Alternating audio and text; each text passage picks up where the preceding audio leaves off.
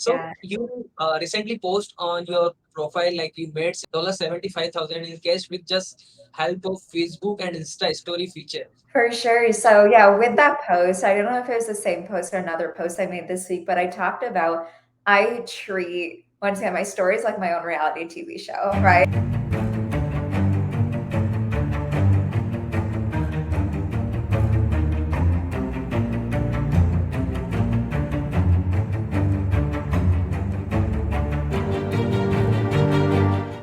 Hey guys, welcome to the Entrepreneurs Warrior Show.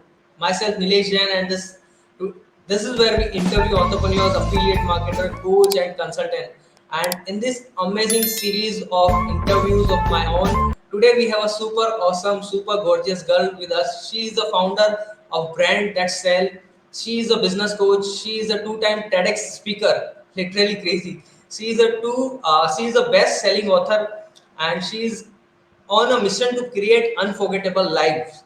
She is helping people to build and grow their lives, personal brand, and leveraging with the power of social media. So, without wasting your time, let's welcome on the stage Shava. So, hi Shava, how are you? Hello, I am amazing. Thank you for having me. Yeah, I'm super duper excited for this interview show and really grateful that you are a part of my show. Really. Yes, me too. So, are you hearing me loud and clear before we Yes, start? yes. Uh, Can you hear me okay? yeah, I'm hearing you loud and clear. Thank you. So, guys, if you are with us on live, drop hashtag replay because Sabah is sharing lots of golden nugget with us. So, let's get started to the social session. So, could you tell a little bit about yourself, how you started in the world of entrepreneurship in the online business? Yeah, absolutely. So my journey actually got started back when I was in college at the age of 19 years old. So I always had this streak of entrepreneurship inside of me, but I never really thought I'd go out and like create my own business. So what happened at the age of 19, I actually met one of my mentors through my university and I started to work alongside his companies. I started to intern, and he was the one who really got me into this entire world of entrepreneurship. And as I was learning from him, I started to do a lot of marketing and copy and PR. And I was basically documenting and sharing my story on social media during college. So I started to quote unquote build a brand and grow an audience without really knowing it back then. And what happened, I started to build an audience and I wanted to create a product. So at the age of 20, I wrote and published my best selling book, Enrolling in Confidence. And that was the first product that I sold online. And that really gave me more eyeballs. I got the ability to speak on stages, get featured on ABC. And from there, people start to come to me asking for help. How are you building your brand, growing your audience, creating content? So I basically got into being a business coach by demand. And I officially started my business after I graduated college in 2018, going into 2019. And yeah, I've been doing it full time since then. So, I help other people create their brand online that attracts premium clients all organically.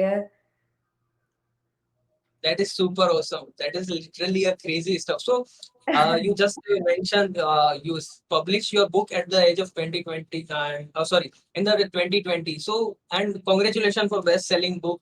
Thank Really you. great. So, you mentioned like you help people to build the personal brand. So, can Yeah. you share how did you become a personal branding coach, or and how people build their personal brand? For sure. So, one of the reasons why I got into branding and personal branding was because actually, so I went through a lot of failed businesses before I got into coaching. So, this is like backstory so people actually understand what I went through. So, during college, after I wrote, published my book, I did like e commerce drop shipping. I started a podcast, tried to monetize it, started a clothing line, did, a digital agency for about like 8 months. And then I transitioned to coaching. And what happened was one of the first ever clients that I got from my coaching business, he had been following me since day one when I was posting at the age of 19. So when I post on Facebook, hey, I'm coming out with a coaching offer, I'm going to help you, build your audience, create content, be that go-to person. One of the reasons why he actually bought into my services was because of the brand that I had built. Like, he knew me as that college student entrepreneur, very consistent, showing up every single day, and he wanted to do the exact same thing in his life, in his business. So what I realized was, he could have bought into any other business coach who was already making tons of money, already successful. But the reason why he bought into me was because of me. So people buy from those they like, and they buy from the quality and traits that you display online. So instead of focusing on the product and only the features and benefits that someone can get, especially if you're the front facing person of your business, like you're a coach, consultant, service provider, speaker, even product based business, and you are the one out there selling, it's much more likely someone's going to connect and relate to you and your story. And then the byproduct is going to be buying into your offers.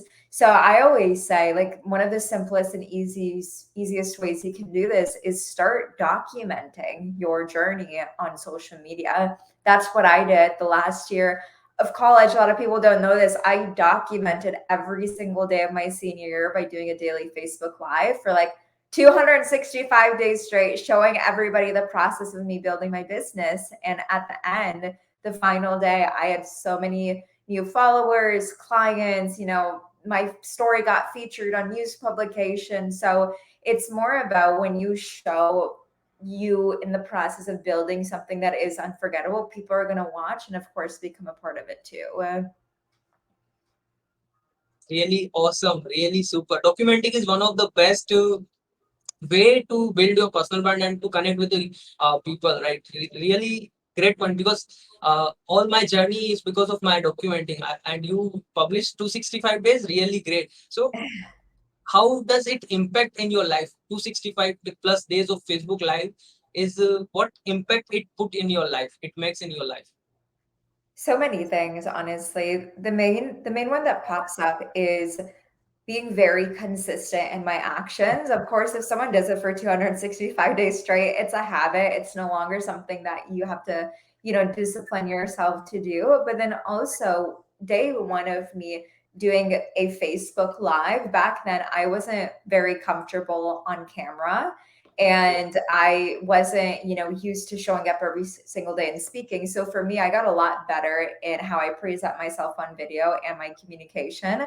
So at the end, that was really helpful to see how that entire process and transformation went. But then also, once again, when someone sees you showing up every single day, they are more likely to follow, especially with the journey that you are taking them on and with. And the perfect way I love to, show an example of this is like reality TV shows and series. One of the reasons why people binge watch all of it is because they're wondering what's going to happen next. Same thing with you, right? If you're always moving, growing, scaling, doing something new and different, people are always curious about, oh, what is he going to do next? What is she going to be doing next? But I want to say the main thing is like just being so consistent after doing that. Yes, definitely. It is really one of the key, because consistency is something push us towards result, and people see like, oh, this person is every single time consistent, even though he or she is not getting result, but consistent Mhm. is always Yeah. there. Really super awesome. So you help coaches, consultants. So what is the best strategy for entrepreneurs can use to position themselves from red ocean to the blue ocean? So much comes up when you ask me that question. I want to say the main thing is, if you are a coach, consultant, the thing is, a lot of people already do what you do. There's hundreds and thousands of business coaches, marketers, life coaches, health coaches. So it's not a matter of how can you create something new and different. You don't have to reinvent the wheel of like what you're teaching, because in reality it's like everything has already been discovered. But it's more about how can you take a specific topic and create a signature framework, like what I call it, to deliver it in a way that makes sense to your ideal client. So one thing I always talk about is people are much more likely to work with me based on how I teach versus someone else would much rather want to work with that business coach over there because of how they teach. Right. So what you want to get clarity on is number one, what is it that you actually want to teach? But then number two, how can you put your own creative spin on it, create your own framework with your own language and copy and titles and hooks so it relates to A, the end result your client wants to get, but B, the end result of your vision and mission. Right. So for an example, I'm a business coach. I help people, become unforgettable. A lot of the language that I use when I coach my clients is using a lot of like analogies and examples of the art of attraction when it comes to actual human design and human behavior. So I include the psychology side of how you actually attract people on the online space. Right. So simple things like that really is going to help you set yourself apart. You don't have to reinvent the wheel, but the more uniqueness you can include when it comes to your frameworks and what you're teaching, the better. Definitely, it is really super. And definitely, when we create our own framework, we come up with unique flavors. People like to connect, and the one thing is people like to work with people. So if they resonate with your story, your journey, then definitely they work with you. True. Yeah. So Yeah. you recently post on your profile like you made 75,000 in cash, $75,000 in cash with just help of Facebook and Insta story feature. So can you share with my audience like how did you use this feature and it help so it gives you a sales, it gives you the high ticket sales for your business. For sure. So yeah, with that post, I don't know if it was the same post or another post I made this week, but I talked about I treat once again my stories like my own reality TV show, right? It's like the analogy that I just made people watch because they're curious what you're doing next. Same thing when it comes to stories. I always say people that are watching your stories are your warmest audience because they are actively tapping on the circle on Instagram and Facebook and clicking through. With your feed, people are scrolling, but they're not actively clicking on your profile. So that just shows you the people that are watching, they actually are interested in what you're doing, and it's more likely they're going to buy. And then for me, it's like just as simple as talking about my offers and having very clear call to action. So people know at all times what my offers are, what I'm selling, if I'm creating something free or paid, and I always have a very clear call to action. So, some people will ask, a lot of people don't watch my stories. One nugget that I'll drop in here is I see a lot of people post the exact same thing that they do on their feed on their stories. So to me, I'm like, there's no reason why someone should watch your stories then if you're posting the exact same thing on your feed. So the entire goal I tell people to do is post something different on your stories. Once again, it's easiest if you just document your day. You're not going to do that on your feed. You'll probably only post once a day. And with stories, you don't have to really prep content, and really it's just like documenting, right? So I can take my phone and take a picture of this saying like, hey, I'm getting interviewed right now. And people will also see that as me being an authority because someone is interviewing me, right? So subconsciously your audience starts to see and view you as a different way. So when you do promote an offer and it really does hit them based on the problem they're having right now and they're ready to invest and find a solution, it's very simple for them to reach out and then buy from you. Yeah, true, definitely. When we talk with their problem and if they find it, then definitely they find come to us for the solutions. So true. Yeah, yeah. And in your like you are featured in two times for TEDx speaker, and you talk about like disconnect to reconnect in your both TED talk. This topic you use, you speak. So can you share how someone reconnect with himself? Yeah. When it comes to reconnecting back to yourself, one of the main things I love to talk about first is self awareness of where you feel disconnected.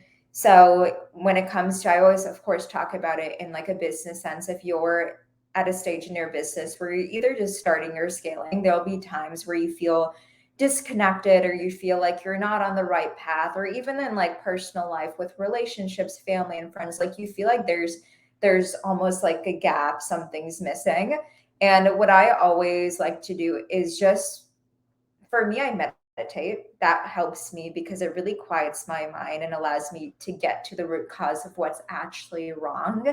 And most of the time, we'll find we are either creating false realities, doubts, and fears in our mind that's not really true and not very real at all. So one of the main stories that I talked about in my TEDx talk was when my mom passed away. I was 15. I was in a toxic relationship.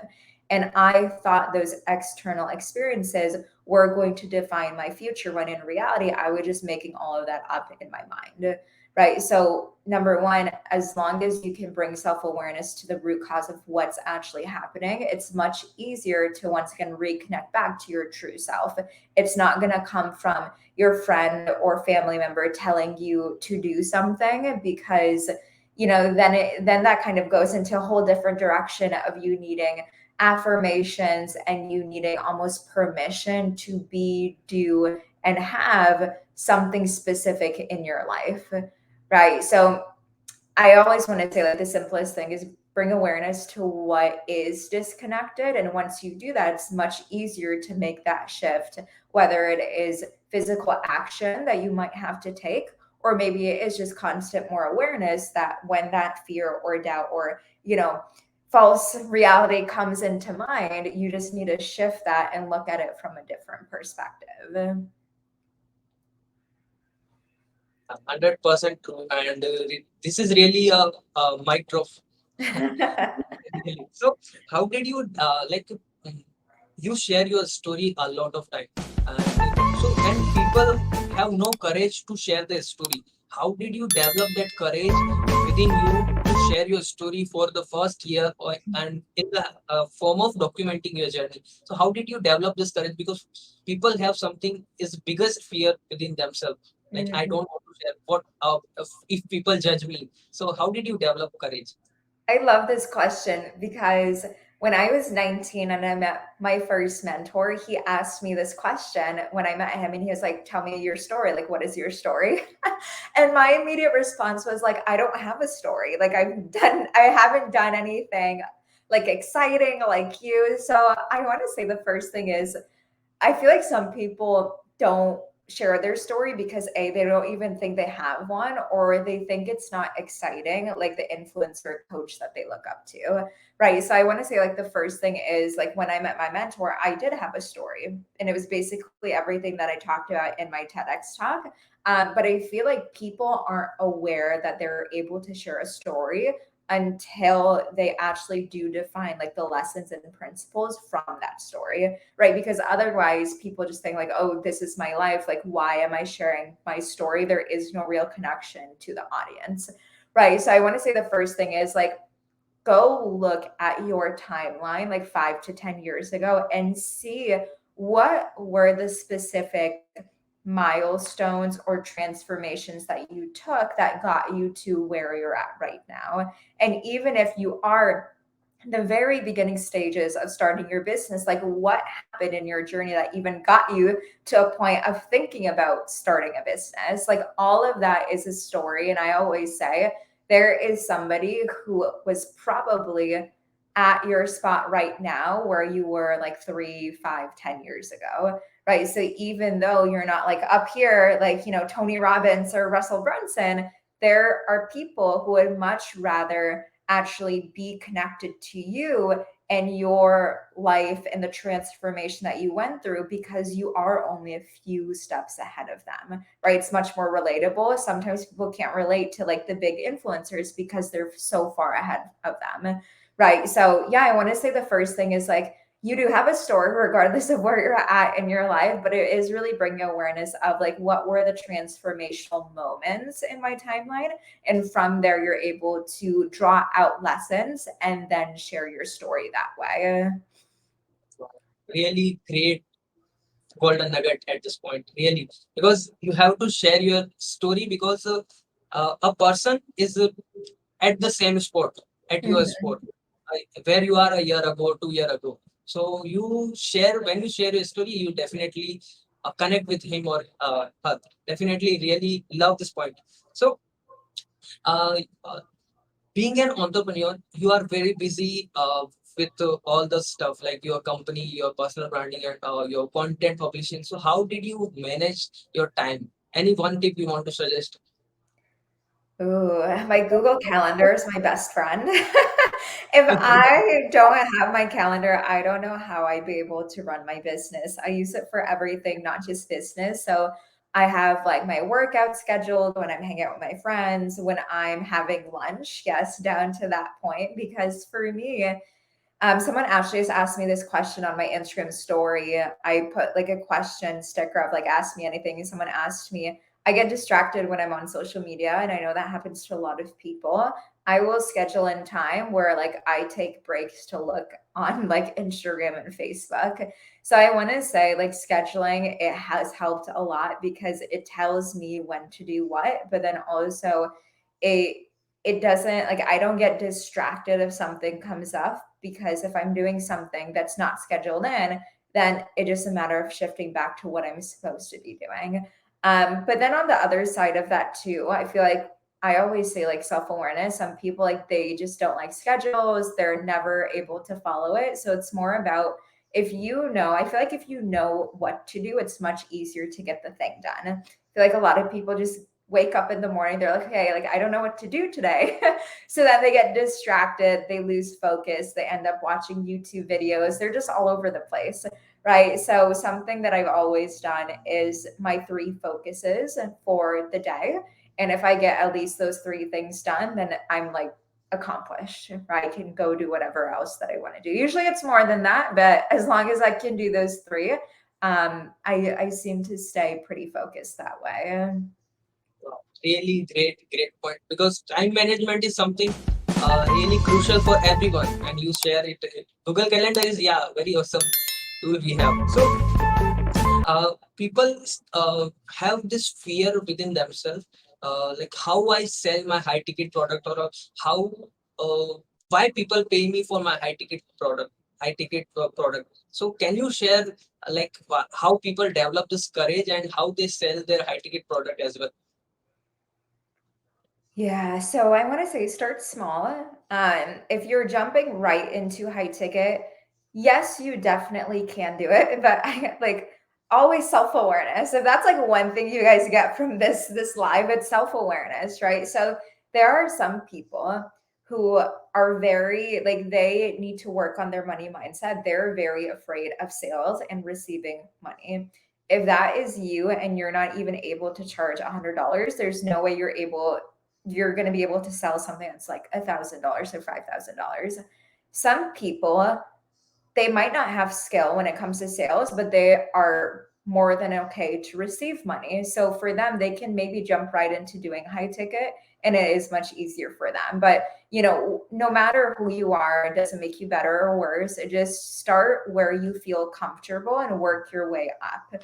For me, I actually did start a little small, probably like a few $100s a month, but then I did jump into high ticket right away because also for me, I had a coach back then who told me high ticket is going to be more quality of a transformation you're going to get your clients, right? Because the way I look at it is if I'm working with somebody for a longer container time frame, it is going to take time, effort, energy for them to go from here to over here with their business. I can't help them and do it within like only a week. So that requires for them to charge and pay me a lot more. So I want to say it's more about the value, of course, that you are giving them. But in terms of like the actual transaction itself, like there's no tangible value to the dollar bill. It's more about the value you're giving them and knowing that if someone is paying you, it is 10 times more likely they're actually going to change and see a result. If there is no skin in the game, like no one's actually going to change, right? So if you look at it in that way, I always joke and say if someone were to go through all of my free content on social media and actually implement it, they would be a millionaire by now. But people don't because they don't value it enough as they do in a paid container, right? So for me, every time, like I'm a big believer in investing in yourself and coaches, mentors, books, anything and everything, because it's just going to discipline and help you to actually take more of that action. Definitely, definitely. People not focused on the free stuff. They because they just feel it is free, so they don't pay attention. And there's a Mhm. quote like, when people pay, they pay attention. So that is true. Yeah. So guys, we are here for a few more minutes. So if you have a question, you can ask in the comment section. Sabah reply you right now. So Yeah. where did people find you? Can you share about where people find you? Absolutely. So, of course, I'm here on Facebook, and then I am also on Instagram. My handle is, yeah, right there, the Sabah Ali. So, feel free to follow me, connect with me on there. In the link in my bio, I have tons of free resources too. If you actually want to learn and implement, but of course, you can also find my paid content there as well. Yes. Super. So, if you have a question, you can drop in the comments, and let's see if we have a few comments. It's not super. People are dropping great comments. So, last Yeah. thing before we wrap up the show, what is your final thoughts on new online entrepreneur? Hmm. Anything or like mindset or strategy or anything goes. You can share any. Okay. What I want to say is get very clear in how you want to build your own business. Because there are so many strategies out there if you're a new online entrepreneur, and it can get very overwhelming because you see people make tons of money, get a bunch of clients by doing ads and organic and TikTok and emails and all the things. The thing is, like any strategy will work. It's just a matter of which one you are most aligned with and which one you want to use to make it work for you. Right. So when I see people jumping from strategy to strategy, it's not a matter of, oh, this strategy is better. It's a matter of what do you want to do? For me, I've never, really aligned with ads or, cold messenger or anything like that. So for me, it's always been organic content. I attract clients. It's very simple to me. So yeah, I would just go through and find which strategy you want to do and just once again stay consistent. Like if you're consistent over time, you're gonna start to see the results come in.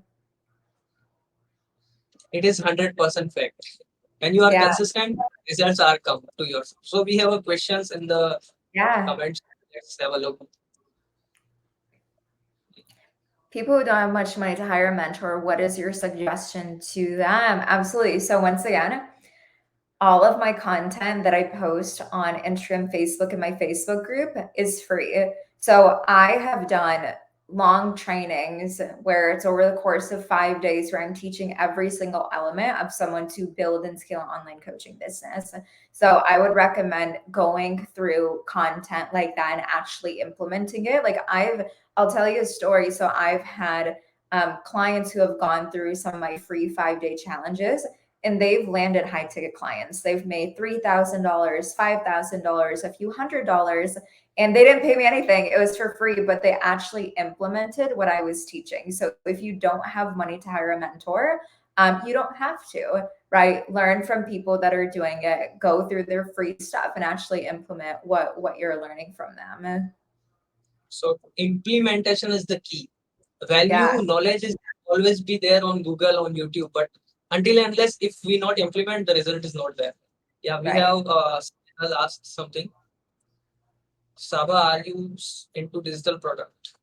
Yeah, Uh, absolutely. So I coach, right? So I have coaching clients, I consult, but then I also have digital products. I have master classes and mini courses too. So that's something actually I've always done, but I've really focused on doing that within the past like 8 to 6 months. And I love it. It's amazing. I think it's very great to have, especially if people are just entering your world on social media. They might not want to buy right into high ticket, but they still want to learn from you. Those are great products you can have that are like low mid ticket. And it's easy for someone to buy. They can learn. Of course, if they like what you're teaching, then it's much easier for them to ascend into higher ticket products. Definitely, 100%. Wow, really great and lovely answers. Thank you Yeah. so much, Sabah, for showing up to the interview show, and really great to have you on the show. So it's really awesome.